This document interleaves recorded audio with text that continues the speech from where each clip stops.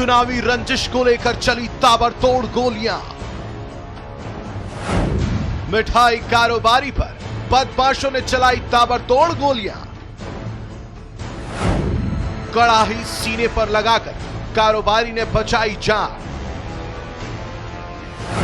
प्रधान का चुनाव लड़ने की तैयारी कर रहा कारोबारी गोली चलाकर मौके से फरार हुए बदमाश।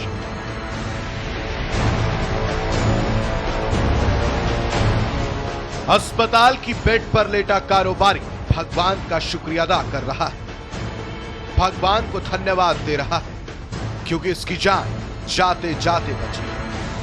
चारों तरफ खड़ी पुलिस उसका बयान रिकॉर्ड कर रही है ताकि उन लोगों तक पहुंचा जा सके जिन्होंने कारोबारी को इस हालत में पहुंचाया। वो जानने की कोशिश कर रही है कि आखिर इसकी ये हालत किसने और क्यों की।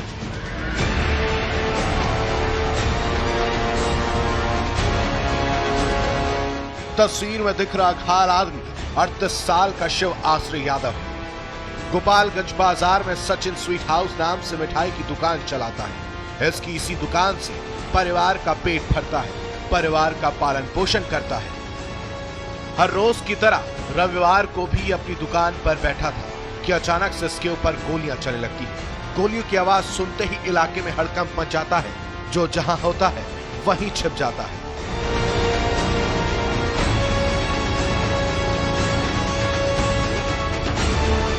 दरअसल घायल शिवाश्री रविवार की देर शाम 8:30 बजे वो अपनी दुकान पर मौजूद था।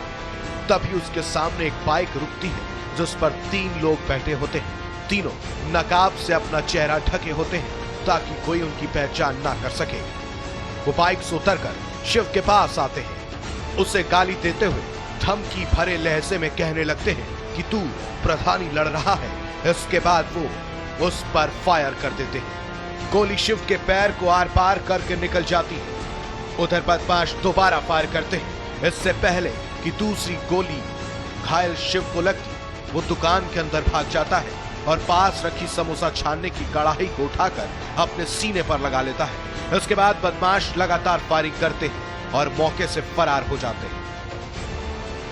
यहां आपको बता दें कि घायल कारोबारी पहले प्रधानी का चुनाव लड़ चुका है और एक बार फिर चुनाव लड़ने की तैयारी कर रहा था।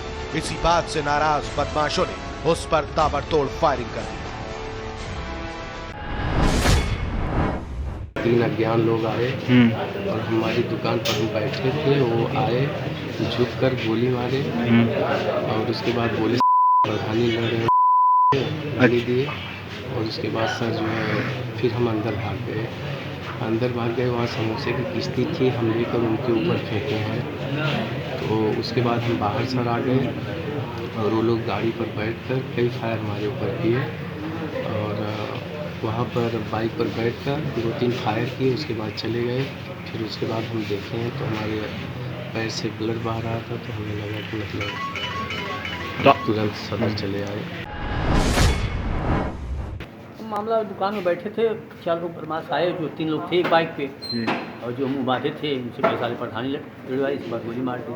क्या लगता है पुरानी भाई? अच्छा, तो क्यों मार दी गोली, क्या लगता है? ये तो नहीं कुछ बताया। पुरानी रंजिश से कोई पुरानी रंजिश को चुनाव है, चुनाव में क्या है। कहाँ कहाँ लगी गोली? गोली जांग में लगी। अच्छा, तो यहाँ पर आए तो डॉक्टर साहब क्या कहें? डॉक्टर अभी बात कर रहे हैं। क्या कहें? कहें आप ये चलिए अब रेफर करें, नशे जो प्रॉब्लम हो सकती है तो आप इसमें बात करें।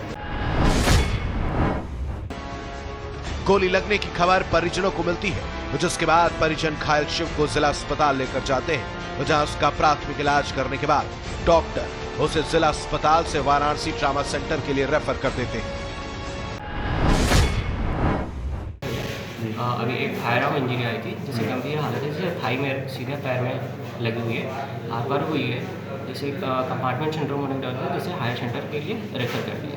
जो अभी आते समय क्या सिचुएशन थी और अब इसमें क्या कंडीशन है? पहले आते हुए थोड़ी सी ब्लीडिंग बहुत ज़्यादा हो रही थी, जिसे आप कहते हैं और पेशेंट स्टेबल है, जिसके थोड़ा सा कंपार्टमेंट सिंड्रोम और कॉम्प्लेक्स ट्रॉमा होने की वजह से हायर सेंटर के लिए रेफर किया गया। गोली कहाँ लगी, किस पार्ट? उसके राइट थाई में लगी है, ठीक है, उसकी वजह से आर पार हुई है, 2 गोलियाँ हैं आर पार हुई है, ठीक है। वहीं बाद में परिजन इस बात की खबर पुलिस को देते हैं। पुलिस दुकान पर लगे सीसीटीवी फुटेज को खंगालने लगती है। सीसीटीवी फुटेज को देखने के बाद पुलिस पाती है कि बदमाश कारोबारी को मारने के इरादे से नहीं आए थे, वो सिर्फ धमकाने की नीयत से आए थे, इसलिए उन्होंने गोली जमीन पर मारी। बाद में इस वारदात में परिवार वालों ने एक के खिलाफ नामजद एफआईआर करवाई। एफआईआर करने के बाद पुलिस एक्शन मोड में नजर आती है। पुलिस तुरंत ही नामजद आरोपी को हिरासत में ले लेती है और उससे अब भी पूछताछ कर रही है। गोपालगंज है, वहाँ एक मिठाई की दुकान है और वहाँ पर वो बैठे हुए थे, तो उनके एक सीसीटीवी फुटेज में दिखाया गया 3 लड़के आए और एक उन्होंने ज़मीन पे गोली मारी और रिकोचेट होके उनके टांग में लगी।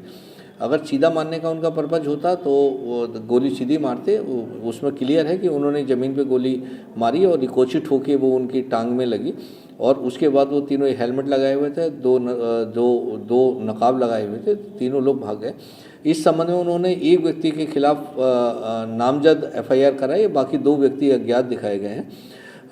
पूरी जानकारी की गई है। कुछ संदिग्ध लोग और भी उसके घटना के तत्काल बाद कुछ संदिग्ध लोग प्रकाश में आए थे, जिन्हें बाद में कोतवाली में पूछताछ के लिए रोका गया है और ये घटना बहुत जल्दी वर्कआउट की जाएगी। कारण क्या रहा?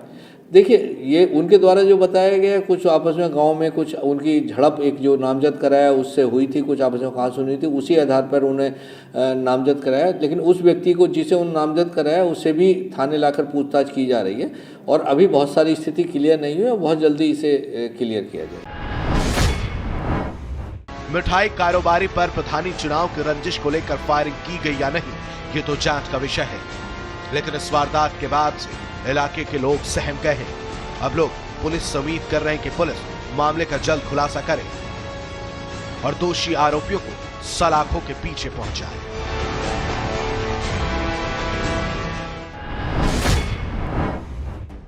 उत्तर प्रदेश की हर खबर से रूबरू होने के लिए लाइक और सब्सक्राइब करें यूपी भारत